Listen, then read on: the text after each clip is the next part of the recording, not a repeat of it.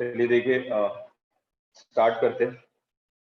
तो हम NCERT questions discuss कर रहे थे चैप्टर नंबर 4 से, right.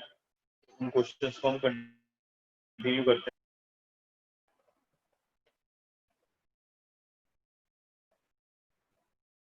Chapter number 4 motion in a plane, ठीक है। और उसमें क्वेश्चन नंबर 19 है। यस, क्वेश्चन ही कराएंगे आज भी।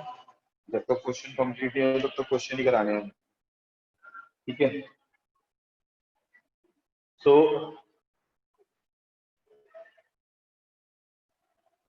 क्वेश्चन नंबर 19 में लिखा हुआ है, read each statement below carefully and state with reason if it is true or false, right? The net acceleration of the particle in a circular motion is always along the radius of the circle towards the center. कह रहा है कि जो net acceleration है, ठीक है, जो net acceleration uniform circular motion में क्या हमेशा वो रेडियस की तरफ होता है? देखो, जब यूनिफॉर्म सर्कुलर मोशन होता है तब तो वो रेडियस के अलॉन्ग होता है, इसको हम सेंट्रीपिटल एक्सेलरेशन कहते हैं। लेकिन अगर यूनिफॉर्म एक्सेलरेशन नहीं हुआ तो वो हमेशा सेंटर की तरफ नहीं होगा, ठीक है ना। इसका आंसर आएगा फॉल्स। बी, ए पार्ट का आंसर आएगा false, because it is valid for only uniform circular. B part, the velocity vector of a particle at a point is always along the tangent to the particle at that point. कह रहा है कि जो velocity vector होता है क्या वो हमेशा टेंजेंट के अलोंग ही होता है, डायरेक्शन के? Yes, it is true, b is true. And the c, the acceleration vector of a particle in a uniform circular motion average over one cycle is a null vector. कह रहा है कि अगर हम पूरी साइकिल के लिए एक्सेलरेशन वेक्टर का सम निकालते हैं तो क्या वो हमेशा नल वेक्टर होता है? देखो, इसका आंसर भी ट्रू है।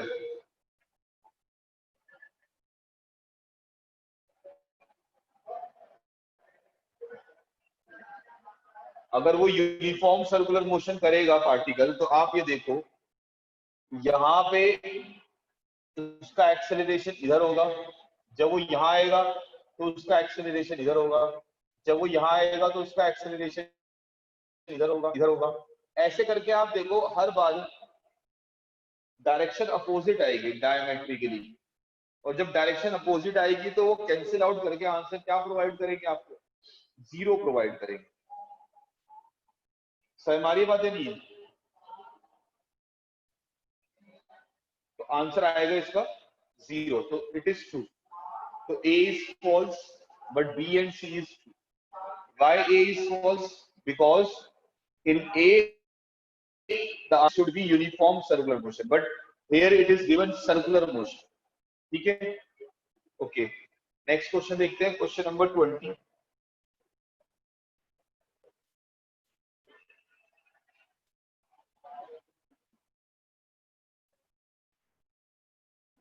क्वेश्चन नंबर 20 देखते हैं।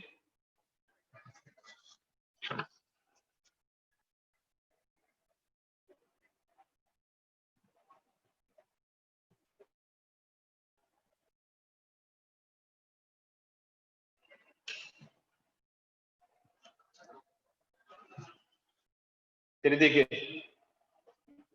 क्वेश्चन नंबर 20 में लिखा हुआ है the position of the particle is given by. Question number 20 में हमें पार्टिकल की पोजीशन गिवन है, दैट मींस हमें आर वेक्टर गिवन है। कितना दे रखा है हमें r vector? R vector equals to 3 cap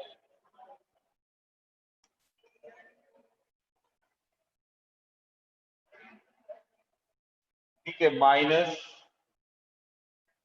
2t² j cap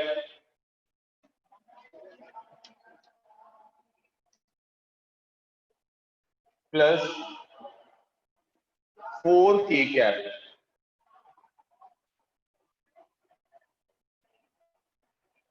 ठीक है, ये हमें किसी भी पार्टिकल की पोजीशन दे रखी है, find the velocity acceleration of the particle. हमें वेलोसिटी निकालना है और एक्सेलरेशन निकालना है पार्टिकल का। What is the magnitude and the direction of the velocity at t equals to 2 second. t equals to 2 second में हमें क्या करना है, मैग्नीट्यूड और डायरेक्शन निकालना है पार्टिकल का। तो पहले हम वेलोसिटी फाइंड आउट करेंगे। कैसे फाइंड आउट करेंगे वेलोसिटी? वेलोसिटी निकालने के लिए हम फॉर्मूला यूज करेंगे dr ओवर dt। ठीक है, differentiation of r with respect to t। अब यहां वैल्यू पुट कर देंगे हम d by dt of 3t I cap minus 2t square j cap, right, माइन प्लस 4k कैप।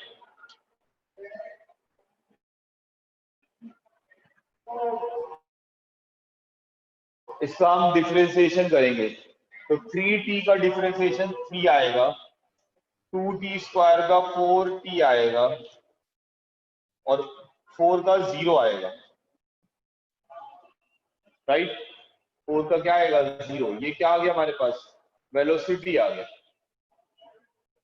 फिर हमें एक्सेलरेशन निकालना है। एक्सेलरेशन निकालने के लिए हम dv ओवर dt करेंगे, वेलोसिटी को टाइम के रिस्पेक्ट में डिफरेंशिएशन करेंगे। तो जो वेलोसिटी है that is given by velocity is equals to, ये हमें दे रखा है 3i माइनस 4tj। हम इसका फर्दर डिफरेंशिएशन कर देंगे।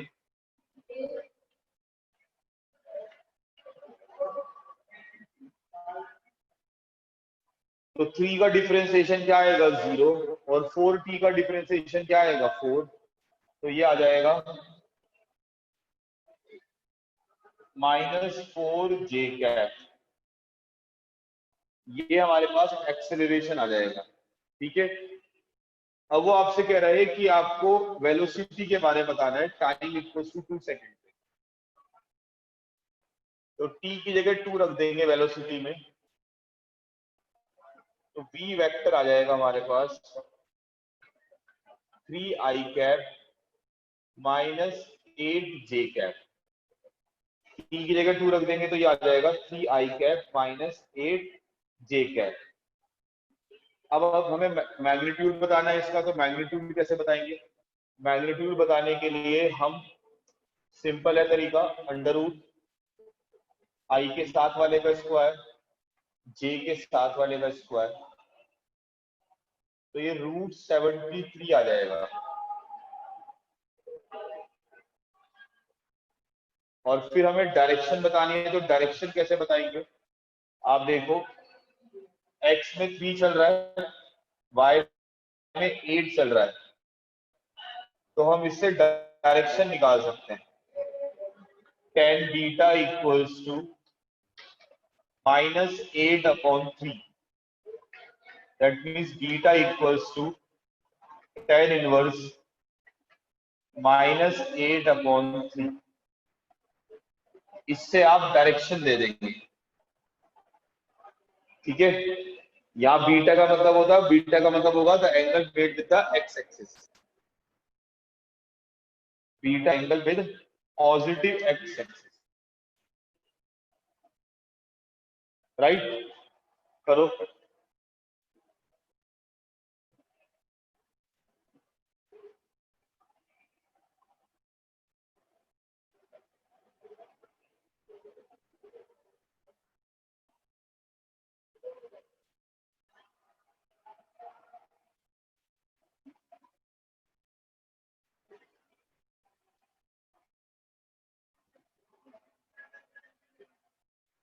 नोट करो जल्दी से।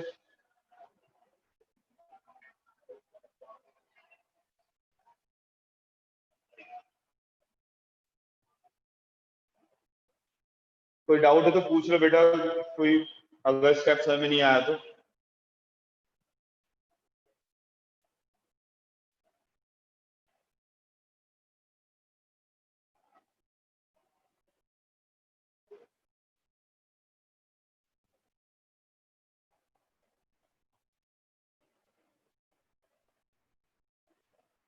यहाँ पे लिखा है beta is the angle with the positive x axis, beta is the angle with the positive x axis.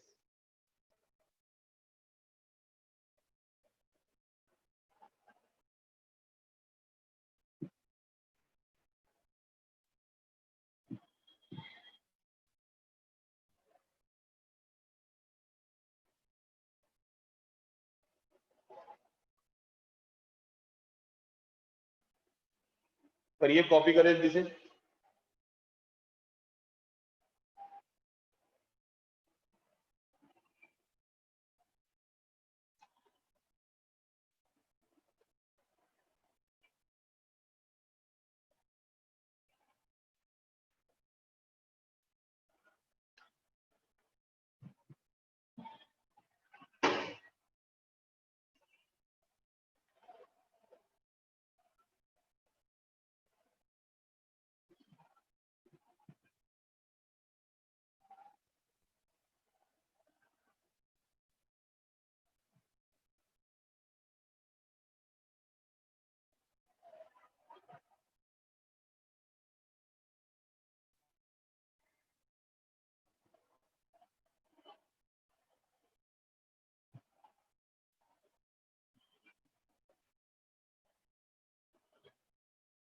Next देखते हैं आगे।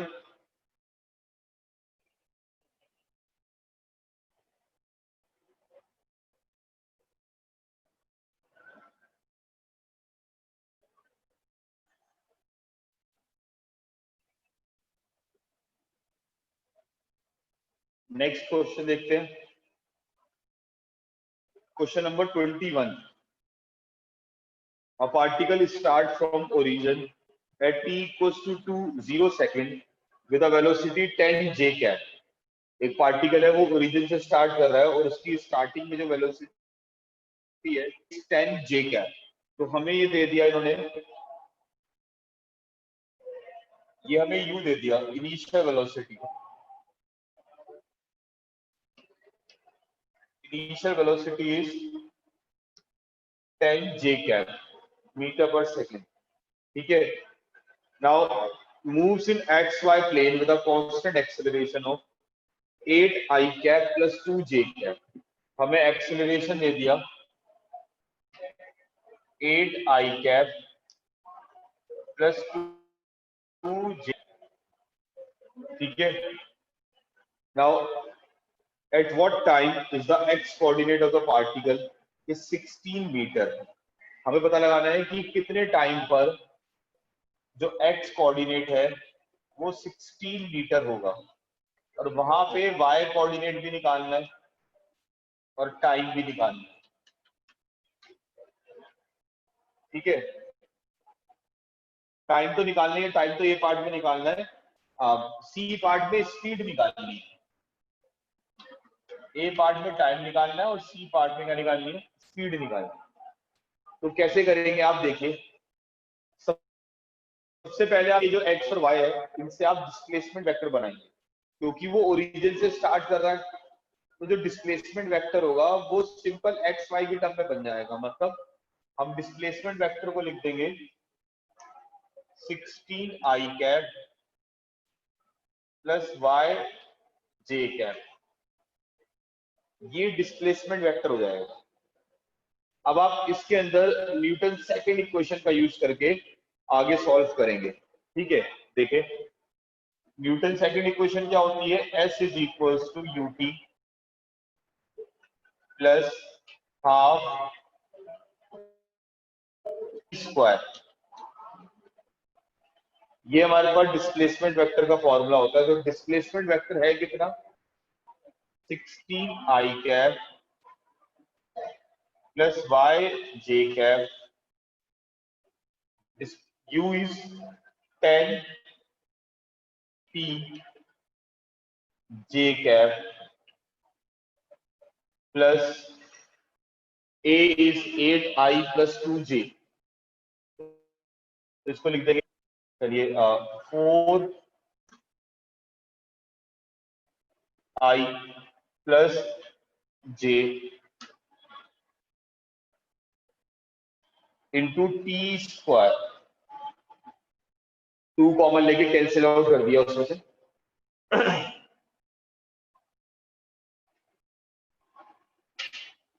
ठीक है, अब आप देखिए जो आई वाला पार्ट है उन्हें एक साथ लिख लेंगे, यानी कि 16i cap plus Y J cap plus sorry is equal to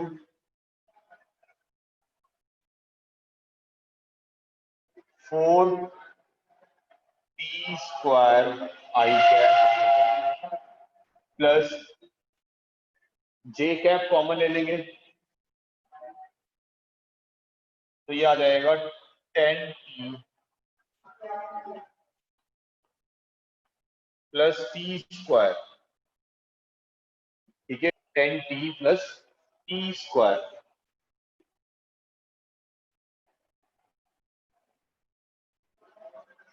अब इसके बाद हम कंपेयर करेंगे, कंपेयर करने पे इसको इसके इक्वल रख देंगे, आई कैप वाला आई कैप के इक्वल रखेंगे तो यहां से आ जाएगा 4t² इज इक्वल टू 16, तो t² इक्वल टू 4, यानी कि t की वैल्यू 2 सेकंड आ जाएगी।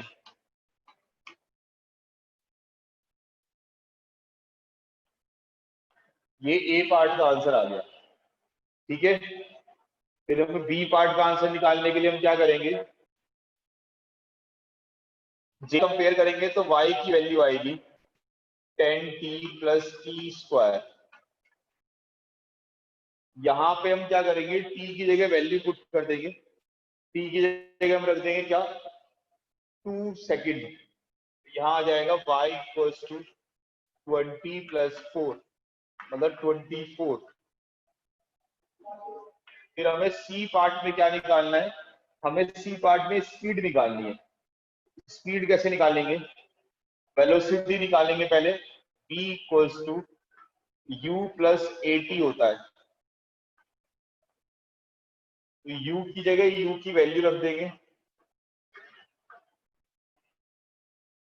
a की वैल्यू रख देंगे और t की जगह t की वैल्यू रख देंगे। 2 8 the 16, 16 plus 16 I cap, 2 to the 4, 4 plus 10, 14 J cap। ये हमारे पास वेलोसिटी आ गया। फिर अगर हमें स्पीड निकालना है, स्पीड निकालने के लिए इसका मैग्नीट्यूड निकालेंगे, अंडर रूट आई वाले का स्क्वायर 256 प्लस जे वाले का स्क्वायर 196।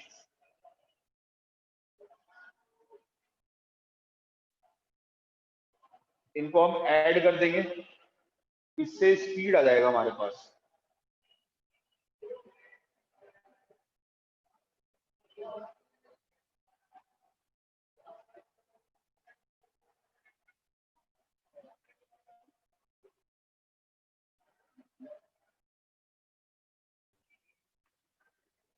ठीक है, करिए नोट कर लीजिए इसको।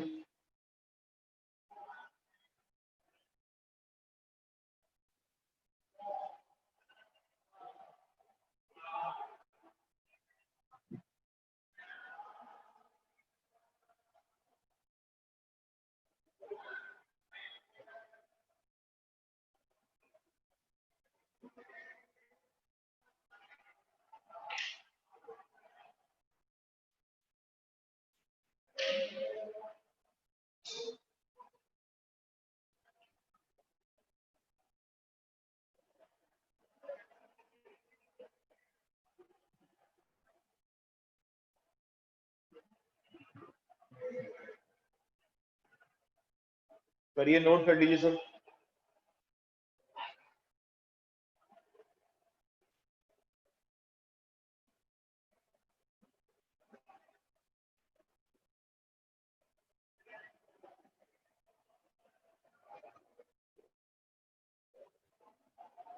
सब बच्चे नोट करें कॉपी में।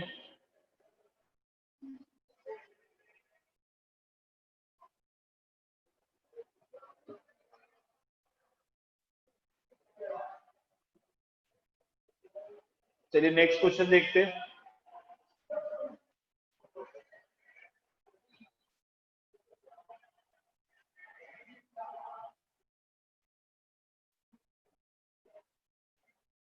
Question number 22।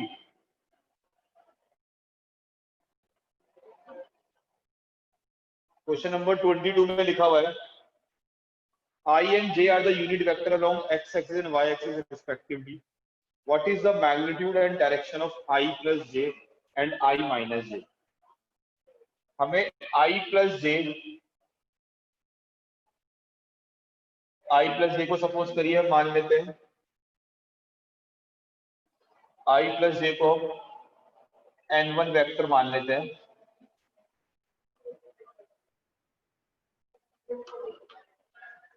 तो हमें क्या करना है, हमें इसका मैग्नीट्यूड निकालना है। तो मैग्नीट्यूड कैसे निकालेंगे इसका, बहुत सिंपल है,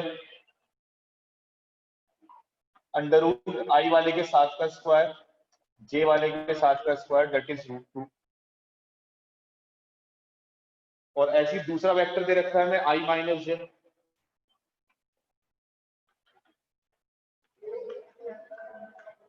उसका भी मैग्नीट्यूड हम ऐसे निकाल लेंगे अंडर रूट आई वाले के साथ का स्क्वायर प्लस साथ का स्क्वायर, प्लस नहीं आएगा वो, दैट इज अगेन √2। फिर हमें डायरेक्शन निकालनी है।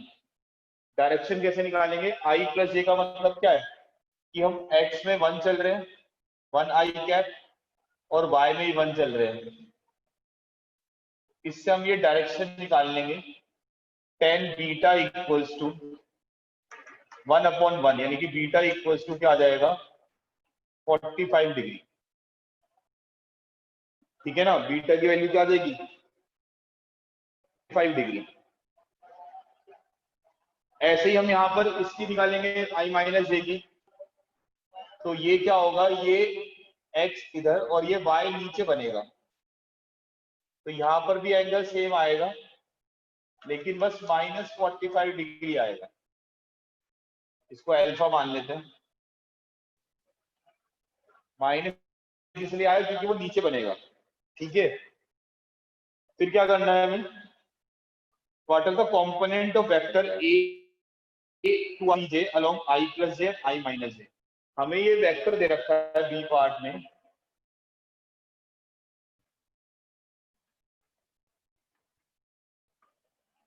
हमें इस वेक्टर का कंपोनेंट निकालना है किसके अलोंग इसके अलोंग i प्लस जे के अलोंग। तो कैसे निकालेंगे, इस वेक्टर को n1 कैप से डॉट प्रोडक्ट कर देंगे। n1 कैप से डॉट प्रोडक्ट, कैप से क्यों, क्योंकि उसकी डायरेक्शन हमें उसके अलोंग निकालना है बस। तो यहां पर 2i प्लस जे, इसका डॉट प्रोडक्ट करेंगे इससे n1 कैप से। यूनिट वेक्टर कैसे निकालते हैं, यूनिट वेक्टर निकालने का तरीका होता है वेक्टर डिवाइड बाय वेक्टर का मैग्नीट्यूड। अगर हम वेक्टर को उसके मैग्नीट्यूड से डिवाइड करते हैं तो उसे हम बोलते हैं क्या, यूनिट वेक्टर। ये आ जाएगा 2 + 1 3/√2। ये हमारे पास ए वेक्टर का मैग्नीट्यूड आ गया n कैप के अलोंग। ठीक है, इसी तरीके से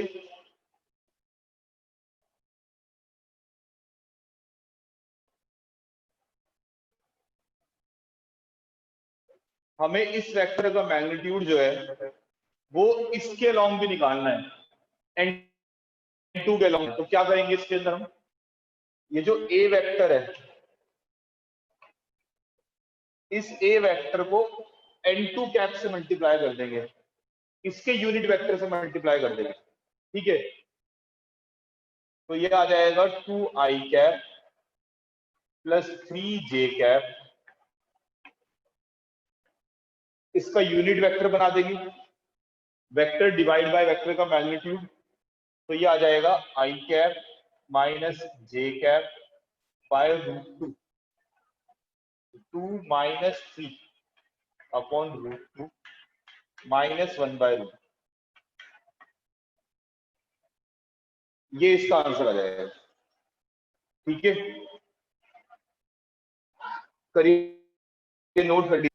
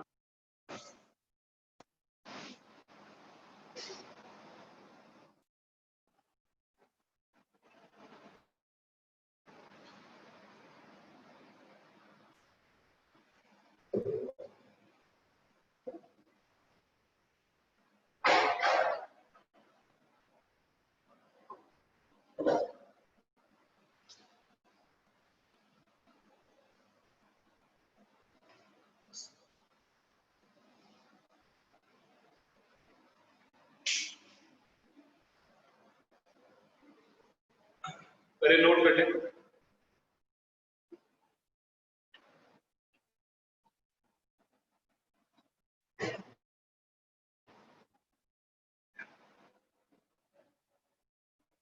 देखिए बी पार्ट दोबारा समझ लीजिए। हमें ये ए वेक्टर दे रखा है, ठीक है ना। हमें इस ए वेक्टर का कंपोनेंट निकालना है, किसके अलोंग निकालना है, इस n1 के अलोंग। तो क्या करेंगे, इस ए वेक्टर को जो n1 का यूनिट वेक्टर है उससे डॉट प्रोडक्ट कर देंगे। जब भी कंपोनेंट निकालना होता है इस तरह से काम करना होता है, ठीक है ना।